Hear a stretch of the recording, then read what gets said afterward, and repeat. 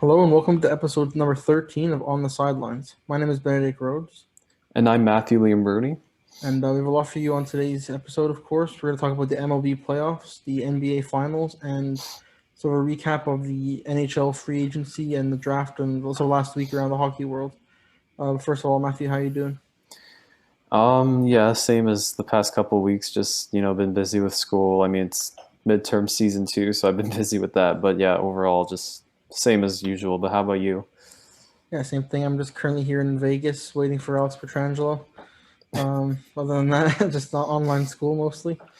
Kind of just hanging out mostly. Yeah. How's your Thanksgiving? Oh, it went well. I mean, it was. Of course, we scaled it back this year due to COVID. Usually, we would gather like with like 25, 30 of us, but unfortunately, it was just our family, like a small group of us. But yeah, what can you do, right? Exactly. Um, yeah, but same for you. Yeah, same thing. Just a smaller group than usual. And Yeah. for all our Canadian viewers, hope you had a good and hopefully safe day. Yeah. Um, I guess we'll just jump straight into it. Yeah, so we're going to start with the MLB playoffs as we've been doing, I think, in the past couple videos since we've introduced On the Sidelines back again. So now this week we're down to the final four in the MLB playoffs with Tampa and Houston in the ALCS, while LA and Atlanta are in the NLCS.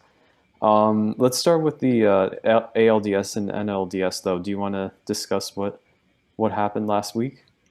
Yeah, there's some interesting series there. Um, one series I think we both predicted it, but I think we're also maybe a little bit surprised to see was the Rays beating the Yankees. They won the series 3-2. Mm. The Dodgers swept the Padres. Houston beat the Athletics 3-1. The Braves beat the Marlins 3-0. Um, so, what would you say was the biggest surprise of the ALDS and NLDS? For me, I'd say the Yankees. I think I predicted them, if I'm not wrong, to move on to the ALCS, but I think that would be my surprise exit. I think for me in the NL side of things, I think we all expected Atlanta and LA to, take care of their series respectively. I mean, like they both swept their series, so you can tell that they were like overly matched against their opponent. But I think in the AL side, like for me personally, I would say the Yankees, just because all of their talent they have and their pitching, and I'm pretty sure um, like it was 1-1 until like the eighth inning. I can't remember right now who hit the home run in the eighth inning, but like for the Rays to win it. But yeah, for me, I would say the Yankees. How about you? Yeah, I agree. I think both of us actually had the Rays getting to the World Series in our last video. I think we both predicted that. Um, but at the same time, the Yankees are still the Yankees. You still expect them to win games. Um, but I think the Rays are maybe not a Cinderella story necessarily, but they've been, I think, much better than expectations. Which kind of leads into today for reference is Tuesday the 13th of October. And today they're playing Game Three against the Houston Astros. Already up 2-0 in that series. Did you expect that? And do you think they're just going to go the rest of the way now? I mean, I did expect like I think like when it comes to the Astros, I think they kind of had an easier walk to the ALCS, I'd say, because they've had two sort of inexperienced teams. Like, I mean, first of all, they played the Twins, who, always choke in the playoffs when it comes to big moments. And then they had the A's, who, I mean, they've made the ALDS this year. Like, I think they've like it's finally like this year they finally made it to the ALDS, but they don't have the personnel that's been like in situations like in the playoffs. So, I mean, I'd say that like I mean I kind of expected Tampa just because of all their talent they have, like their starting pitching, their bullpen, their offensive hitters, like everybody is just dominant on that team, especially considering how low their payroll is for that team. Um, but yeah, I'd say I kind of expected it, I guess, so far. But yeah, what about you? Yeah, I'm a little bit surprised that it's 2-0. I thought maybe Houston might come out firing in this series. I guess they still have a couple of games to figure it out. I remember seeing interviews after the last game, and a lot of players are frustrated with how the Rays have been dominating them, especially defensively. Especially the Rays have been keeping themselves in games with their defense. A couple of timely home runs. So yeah, I'm not really too surprised that the Rays are gonna or are winning this series. I wouldn't be surprised if they go on to win it now, especially that they're up 2-0 and possibly 3-0 by the time this video is out. Um, but yeah, the NLCS I think is maybe a bit more surprising. With the Braves currently up 1-0 against the Dodgers. Yeah, so I mean, on the NLCS side, sort of things. I mean, like, were you expecting Atlanta? I mean, I know it's only one game. Do you see Atlanta putting any like getting a shot to win this series? Like, how much do you give them a shot? I mean, they're up 1-0, so they're already one step in the right direction. I wouldn't bet on them. I wouldn't put money on them winning the series. I just think the Dodgers, when they're all playing, when they're all in form, they are the best team in baseball. I think I've said a few times over the course of this series, or sorry, over the course of the season. I mean, sorry. Um, yes, I suspect the Dodgers will end up taking it, but it all depends on the game today. Um, where we'll see if they can tie it up or if the Braves will go up 2-0. I think that'll probably this game I think might be sort of the most crucial game of this series potentially. Yeah, I think for me, if the Dodgers go down 2-0 tonight, I think that they're gonna have a challenge trying to win this series, trying to win four games against this Braves team. I think I also saw today that Clayton Kershaw, who was supposed to start Game 2, was scratched. I think Yeah, for his start today, if I'm not wrong. that's right. So that puts the Dodgers in a tougher situation, I think. So, like I said, if they go down 2-0, I think it's going to be a challenge, especially with hitters like with the hitters the Braves have, like Ozuna, Acuna, with those kind of hitters and the pitching staff that they have at their disposal. I think that it will be a challenge for the Dodgers if they go down 2-0. Yeah, I agree. Although maybe Kershaw not pitching in the postseason could be a good thing for the Dodgers, looking at how the last That's couple years true. have gone. That is true. I mean, yeah, we won't know, I guess, until tonight when we on the day that we're filming will be game 2 of the NLCS and game 3 of the ALCS. But yeah, just to recap going forward, who do you see winning both the AL and NLCSs? I'm gonna go for the Rays and the Dodgers. I think so. I'll stick by that. Yeah, I gotta agree. I gotta go with both teams too, Rays and Dodgers. It's just they're just too talented to not go against right now.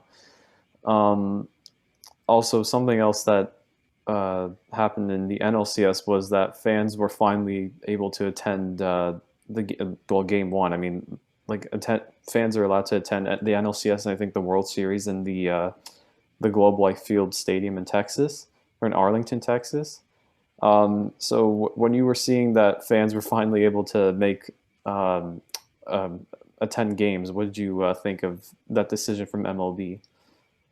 It is a reduced capacity, and fans are being asked or being told to sort of stay socially distanced from each other. So in that sense, I don't really mind it, as long as they're not mingling too close to each other and staying sort of within their own social bubbles. I guess we're calling it in Canada, like their own little families. Then I personally don't have a problem with it. But I think if there's another COVID outbreak at some point in the MLB season because of the fans being in the stands, I think they need to scrap that immediately. But so far, it looks to be so good. Yeah, I think I mean like you said, as long as they're adhering to all the protocols and everything, like not getting close to each other, like other people getting close to each other, like in close circumstances, I think that's fine. I think like also we're seeing in the NFL with teams letting in fans for like there's like I think like some are like quarter capacity, like 10% capacity, like so we're seeing it in the NFL already with most stadiums doing that. But I think this sort of leads away to what the NHL and NBA would do in their next season because I think Gary Bettman or the Bill Daly, I think his name is the other the commissioner. I think Yeah, not the yeah, the deputy commissioner. the deputy commissioner. Yeah, my bad. Um, I think they were mentioning like they want to have fans in the stands next season. And also, Adam Silver from the NBA said the same thing, that they'd like to have fans if it's safe. So I think that this and what the NFL is doing too, like just in fans in general, is gonna, I guess, sort of like we'll figure out like in the future what they'll do if they start like sooner than later, I guess. Yeah. Um, yeah, I agree. I think as long as protocols are being met and there's no second wave like everyone keeps talking about, maybe over the winter, then I hope we can see fans back in stands. Hopefully, we can maybe get to a game at some point. Yeah, Um, yeah, it all depends on what the world looks like in over the next couple months, I guess. yeah, for Um, sure. and one other interesting note about potentially the potential World Series of the Rays and Dodgers is that both of those cities already have a championship this year, with the Tampa Bay Lightning winning the Stanley Cup and the LA Lakers winning the NBA championship, as we'll get to in a minute. So if the final or if the World Series is going to be Rays and Dodgers, then one of those cities will have potentially something else to celebrate. That's kind of cool. Yeah, I think it's great for a city other than Boston to have the chance to have more than one championship in a city. I think because we always talk about like Boston winning, Patriots, Red Sox. I think it was like 2 years ago when both of them won, like one of the World Series and the Super Bowl. So I think it's great that we finally get to see another city other than Boston having potentially two championships in a year. Hopefully, Toronto can get there one day. Yeah, I mean, if the Leafs don't continue to choke in the playoffs, yeah. But yeah, we'll see. Okay, so now we're going to move on to the NBA Finals. As Ben mentioned, the Lakers won their 17th title in the franchise's history, which is now tied for the most in league history with the Boston Celtics. Of course, the Lakers closed out the Heat in 6 games. I think we both predicted the Lakers to win, but I think I said 6 if I'm not wrong. Yeah, I So I said mean, 5. yeah. So they closed them out in 6 on Sunday night to win the championship, and now LeBron James has won 4 championships in his career, and he's won at least a title with 3 different franchises now. Of course, he has 2 with the Heat, 1 with the Cavs, and now 1 with the Lakers. So Ben, what do you think of this series in general and just and Lakers winning it all? I thought it was a pretty good series. Didn't watch the entire thing, but I watched a pretty good amount of it. I think we, myself included, and a lot of people didn't give the Heat maybe enough credit for just how good they actually were this year. Jimmy Butler, I think, finally found a home. Like he kind of bounced around the last couple of years, and I think now he's finally found a team where he can be a star and get along with people around him. So I think it's a huge leap forward from the Heat. Maybe they'll be a contender again next year or over the next couple of years. But again, the Lakers were built to do just this, and they've achieved it. So all the credit to them. Yeah, I think as you mentioned, like the Heat, like we have to give props to them, of course, because I think everyone was counting them out, like saying they would get swept or like losing 5 games. Um, I mean, personally, I'm kind of surprised that they even because going back to Game 5, I think when Danny Green like missed Yeah, that 3 shot to almost win the game for the Lakers, I thought right there that the Lakers would win it in 5 games, but he didn't make that shot. Unfortunately, I think that people were like criticizing him after that.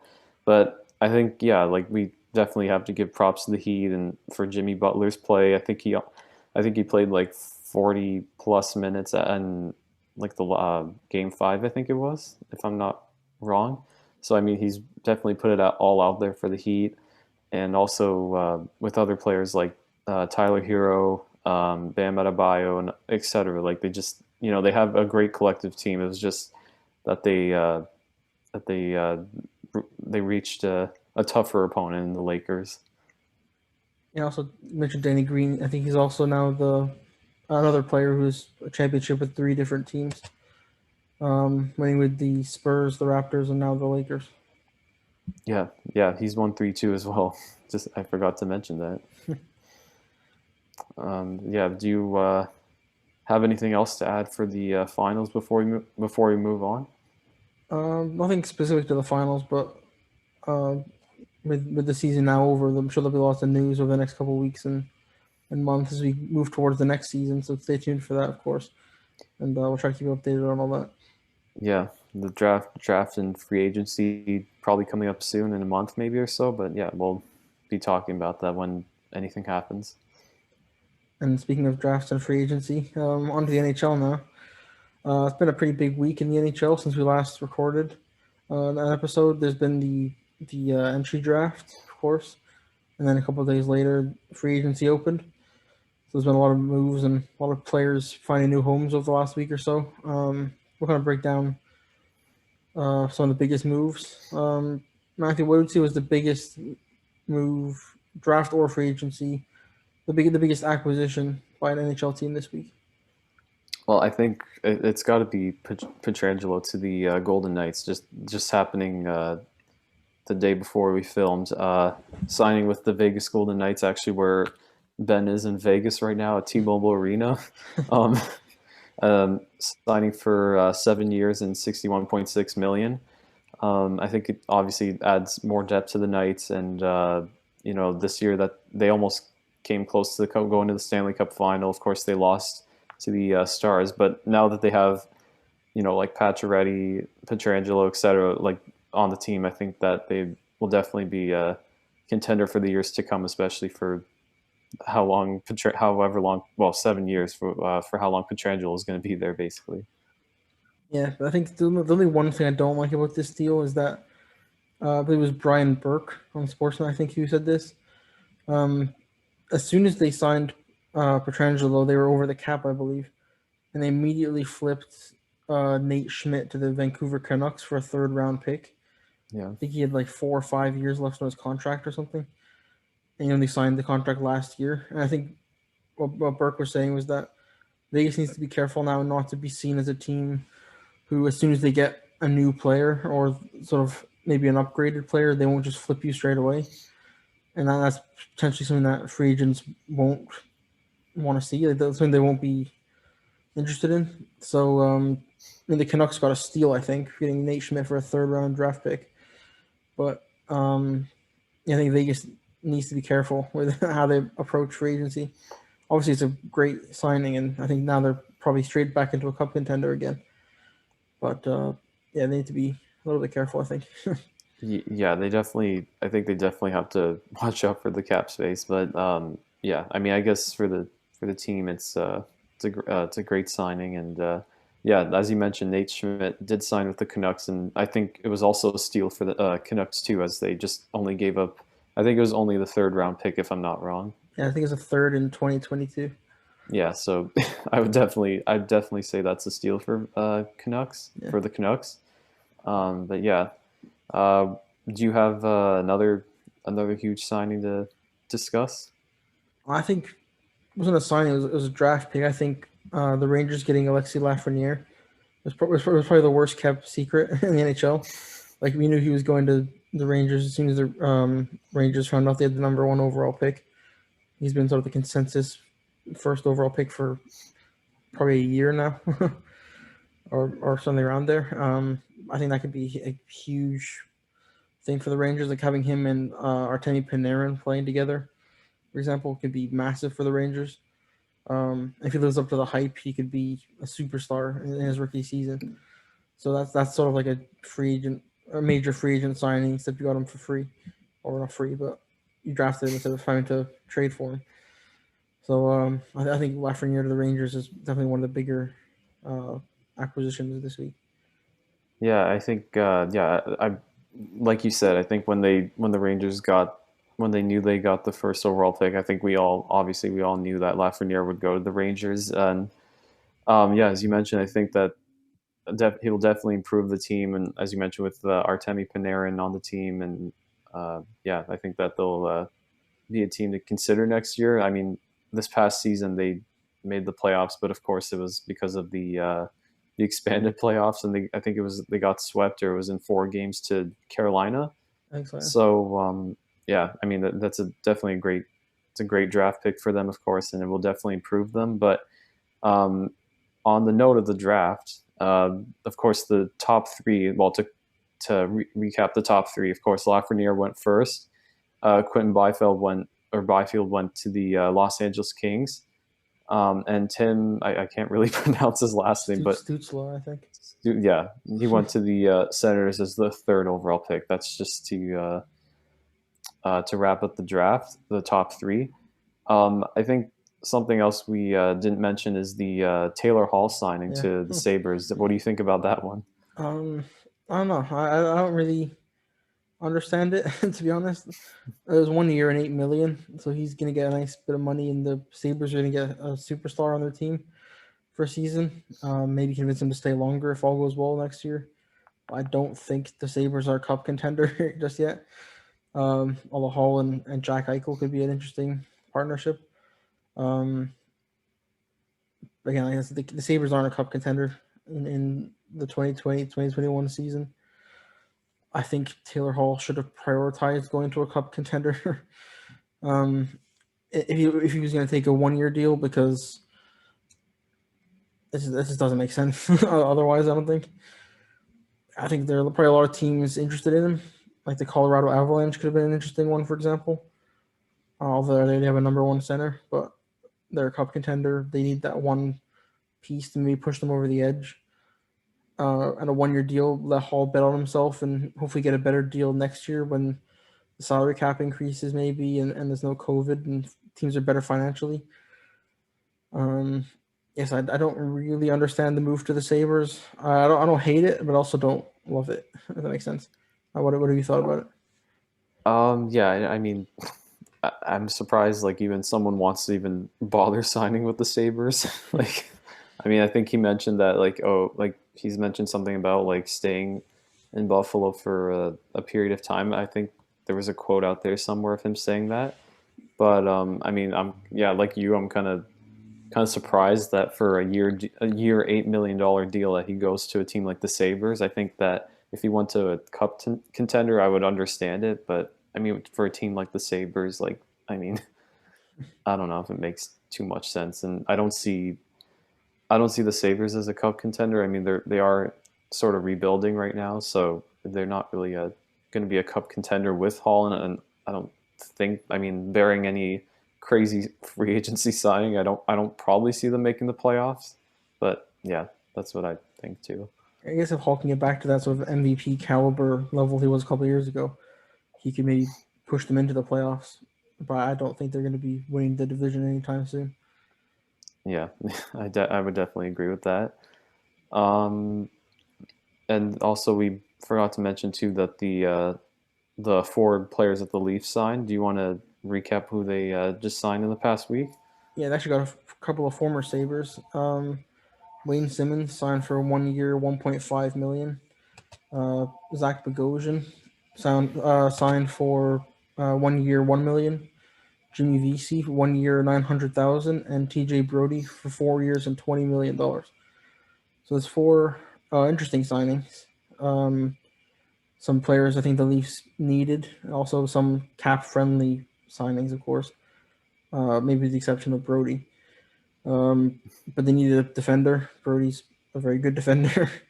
They needed some grit, and Wayne Simmons is a fairly cheap option. He's from Toronto, and he provides that. And then Bogosian and VC are some sort of cheaper, but still quality players. So I think the Leafs have done a fairly good job. But I know they wanted Alex Petrangelo, and that obviously didn't come to fruition.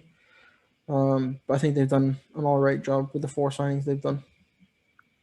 Yeah, I think they did good. I mean, now it's just a question of can they get over that hump because they always, of course, we know that they always lose in the first round. So, I mean, now that they have all this, like they got more, like some good players. I mean, with like pretty cheap contracts, except as you mentioned, Brody with 4 years for 20 million. But I think now that with these players that they have and the talent that they already have right now on their roster, I think that like they like as of course as I mentioned, like they always lose in the first round. I think that they like next year they definitely just need to win in the first round now with this core of players like that they have. I think like this past year that they lost to the Blue Jackets in 5 games, not 7, because it was the qualifying round of the expanded NHL playoffs. I think that was pretty disappointing for the Leafs, and I mean, hopefully it will improve them next season. But I guess we'll find out until whenever the playoffs start.